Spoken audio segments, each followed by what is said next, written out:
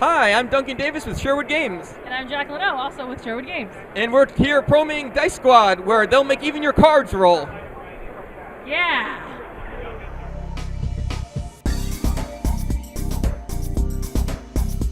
Hey guys, what's going on? This is Dice Squad. I am Marshall Dice, known as Adam Campbell. I am Todd Evangelista, known as General Dice. And this is Dice Squad, the only show where we say, bring out your dead! Bring out your dead! And then I say, I'm not dead yet, because Monty Python. All right, so this game is called Guillotine. Oh, wait, here's the box. Guillotine. And it is a Paul Peterson game, or Joint. And this is... Isn't that a Wizards of the Coast? It is a Wizards of the Coast game, Hasbro. So, this is one of the ones that Hasbro has actually chosen to keep in stock. Unlike Betrayal at House on the Hill and some other games. Or Pokemon Master Trainer. Yes, so many games. Milton Bradley's sleeper hit of the 1990s. So many games that they have decided, well...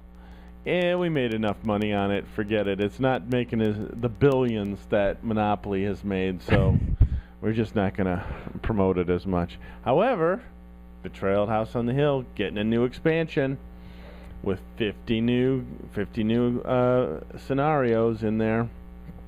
Who knew? Who knew? Because that's what we said when they brought out the last time they brought it out, and they said, we're revamping it totally. We're just breaking one thing that used to work. Okay. Anyways, this is Guillotine, the game where you collect the best heads. I have already collected the Cardinal and the Archbishop. The Cardinal was worth 5 points, and the Archbishop was worth 4 points. Now, your turn consists of, we start with I was just about to ask you that. How do we play this game, all right, General? Well, first let's start with setup. We set up with our guillotine right here to the right, and then we put a line of 12 nobles. We have palace guards. We have the count, the lady, the governor, and even the hero of the people. They are color-coded, these nobles. Purple, they're the royals. Red, they're the guards. Blue, they're the church. Green, they're the civic government people. And the gray or black cards are the innocent bystander, the martyr, the hero of the people. Those are the ones, the people that just were like, hey, what's going on? They got in line, and they got in the wrong line. They were associated with the nobles, but they weren't really bad people. And probably not all of these people are bad people anyways. They're just in line. They're on the chopping block. That's right. The French Revolution had some good things that it did, and had some bad things that it did. In any case, each one has points on it, and some of them have things that they do. We also have action cards. We start with 5 action cards, and then at the end of we could play an action card if we so choose, and then we collect the first noble in line and draw a new action card. And that's the hardest thing to remember, is drawing that new action card, because sometimes it happens, sometimes it doesn't. In any case, then what you want to do is you want to have the highest point people come to the front, and then you collect them. That's why you play these action cards. Now, I believe I started last time, so it's your turn, Marshall Dice. Alrighty, so on the chopping block, we have a palace guard. And I want palace guards because they multiply their points. Right now, each of my palace guards is worth 2. That's 4 points. If I get that palace guard, they'll each be worth 3. Now, I'm not going to play an action card this turn. I instead am going to take that palace guard. Wait. Yeah, you already... Wait. You already have one palace guard. But I may not want to do that because I have the Countess. And if you can get the count, that gives you 4 extra points. That is correct. So, that palace guard, Mm-hmm. he's gonna flee to England. Oh, discard any noble in line. All right, so he flees. And I'm going to take the count. All right, instead. Of all the people to save. So let's see. Don't forget to draw your action card. That's right. Interesting. I'll wait on that. So I'm not playing an action card. I'm taking the Palace Guard, which gets me some good points, and I draw a card. Oh, great. Great card. Okay, good. So it is my turn. Mm-hmm. I'm going to play a Fountain of Blood. Oh, no. Oh, yes. All right. Which gets me +2. +2 because you're just. I'm in the splash zone. We should talk about that. The game is a little bit dark. So if you would like to play with children, which I mean it's just a collection game, so you could play with children so long as they can read. You might say that you might get rid of this device here and just tell them you're collecting hats and wigs, and that's what the points are for. But maybe a little bit used, but yes. And take out cards that say Fountain of Blood. But in any case, I am going to. Oh wait a minute! I get. Oh yes. No, I didn't get my card. Take that guy. I'll take that and then guy. Don't forget that card. And don't forget that card. And I am going to play Military Support. Put this card in front of you, worth +1 point for each red noble in your score pile. So that was good for me. But there's no red nobles out there. All right, so I get the lady has a special thing. It says draw an additional action card at the end of your turn after you collect this noble. But I think I would like to play Civic Pride. Move a green noble forward up to 2 places in line. So the governor, and then I collect the governor, and then I collect a card. All right, you got the lady there. You think I'm on the ropes, but I'm not. Because I'm going to take the lady. I get to draw an additional action card at the end of turn after you collect this noble. So you get 2. I get 2 cards. Mm-hmm. And it is your go, General. Okay.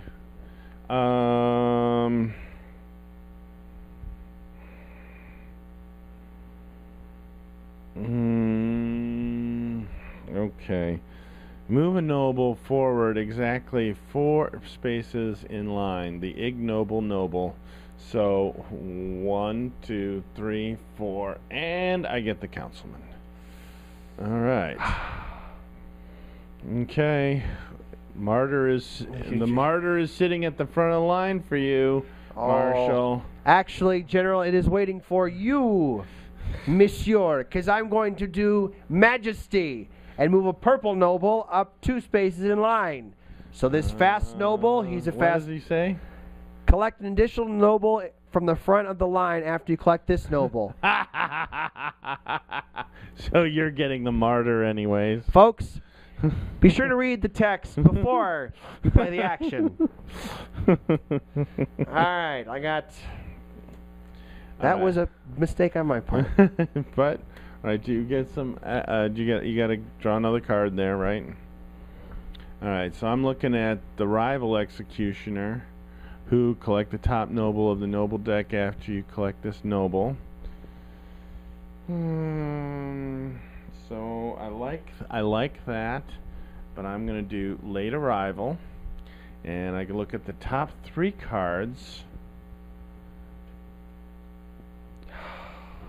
and add one of them to the end of the line, but I get to put them back any way I want. So when I collect the rival executioner, I also collect King Louis the 16th. All right, he's worth 5. I think you got this game in the bag, General. We'll see. That hero of the people is -3 points. We at least got rid of the tragic figure who makes every -1 extra -1. That's bad. Well, I will take the tax collector. Okay. I don't like taxes. And I forgot to draw. Then I will do the Scarlet Pimpernel. Pimpernel. The Gesundheit, yes. One of the most famous books of our century. Scarlet Absolutely. Pimpernel. I have They not chase- read that yet, but it's on my list now. They chase him here, they chase him there. That damned elusive Pimpernel. All right. Anyway, the day ends when I finish my turn. Okay. Day ends when you finish your turn. So that means these two escape, and we count them up. Now, you're supposed to play 3 days. We played 1 day. We would 6, normally play another day here. Also, certain cards shut you down. 10, 12, 13, 14, 15, 16, 17, 18, 19, 20, 22, 24, 26, 27, 29, 27. I got 39. Yeah, you beat me. 40, 41, 42, 43, 44. Yeah. 44. Good score. You beat me again, General. Yeah, it was a good one. But it's So your thoughts on this game? boy, there's a lot to keep in your head. I don't know how well kids would take to it because of all the reading that has to be done on the cards.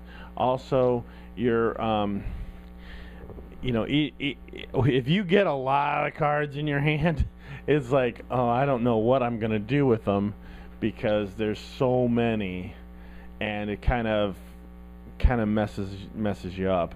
But it's a fun theme, dark but nice, and teaches kids about unpopular judges and why they should be beheaded.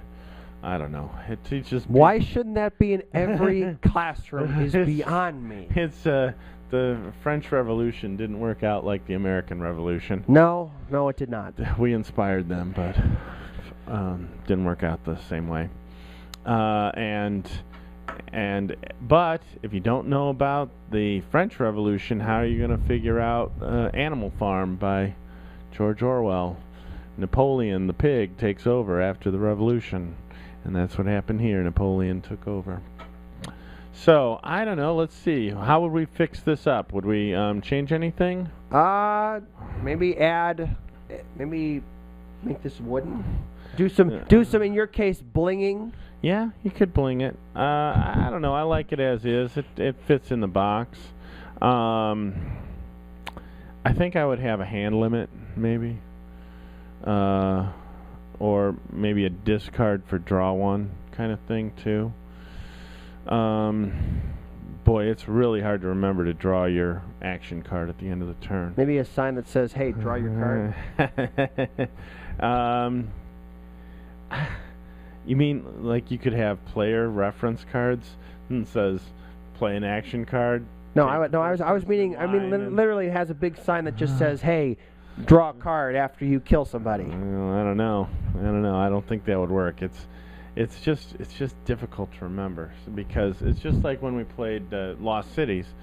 It's play one, draw one instead of draw one, play one, and just that little extra difference is so hard to remember. Oh, I gotta draw. So I like it. But I think it's good as is. Again, nice price point. Again, I think 15. Also, you can find it even in thrift stores too. And nice, for me, the box has held up for many years. Came out like in the 90s, I think. Not real sure. Came out Wizards of the Coast, though, I think. But once it came out, it was like everybody started playing it, and it's a nice. And you can play 2 to 4 players. That's one thing I would change. I try and get 5 players involved, or even 6, because it seems like to have a 4-player game, it's really difficult to get that many people together. Usually you have a little group, or you suddenly have, we got 8 people, what are we going to do? So 2 to 4 is good, but I'd rather see it up to 6. All right, so what do you think? Well, I think we've played this before. I like this game. It's a fun game. Yeah. Little bit of history. You could maybe introduce us into maybe like a high school history class. Yeah, be fun. Be fun for one day, just to have everybody try it. Yeah, and I don't know. I like it, but it's really a filler game. It's just a quickie. I don't know if I would do the 3 days. It seems like it goes very fast, but the 3 days seems eh. What do you think? Well, I was just about to ask you. Well, I agree. Maybe Yeah. a little. 3 days would be fine. But anyway, on a scale of 1 to 10, 10 being the best, 1 being the worst, General, how would you rate this game? 6.5. 6.5, I think, for sure. 6.5? Mm-hmm. I would give this a 7 out of 10. Yeah, sure. Sure, I could be talked into 7. I mean, I've enjoyed it for a lot of years now, but right now I'm going to stick with 6.5. Also, here's a mark of a good game. They haven't changed this. I don't know if it came out in the 90s, but it's been around. 1998. 1998, it's held up. The box is held up. The cards have held up. And they haven't really changed it hardly at all. That's the mark of a good game. Or in Betrayal at the House of the Hill, when they didn't change anything, it's a mark of a missed opportunity.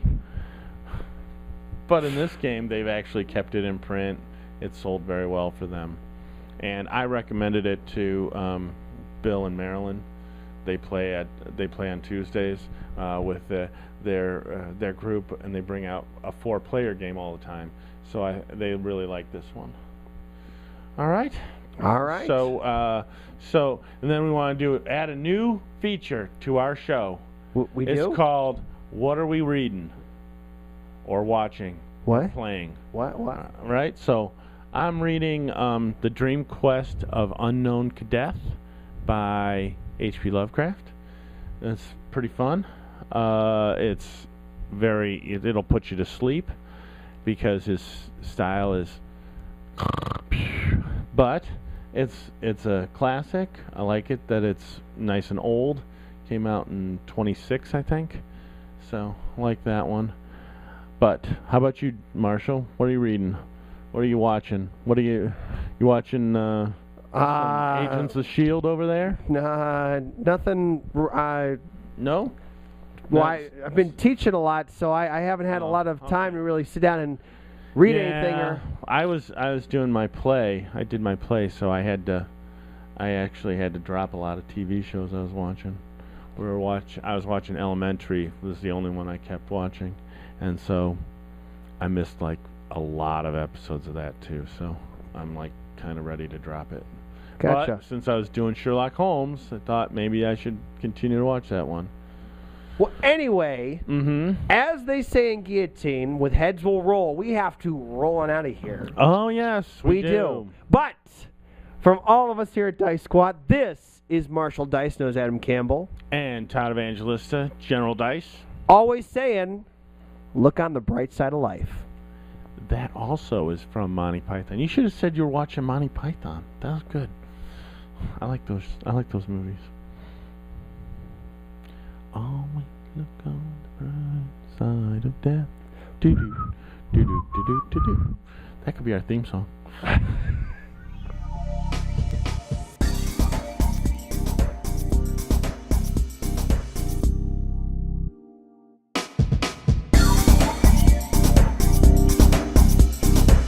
Hey guys, what's going on? This is Dice Squad. I am Marshall Dice Knows Adam Campbell. Todd Evangelista, General Dice. Hey General.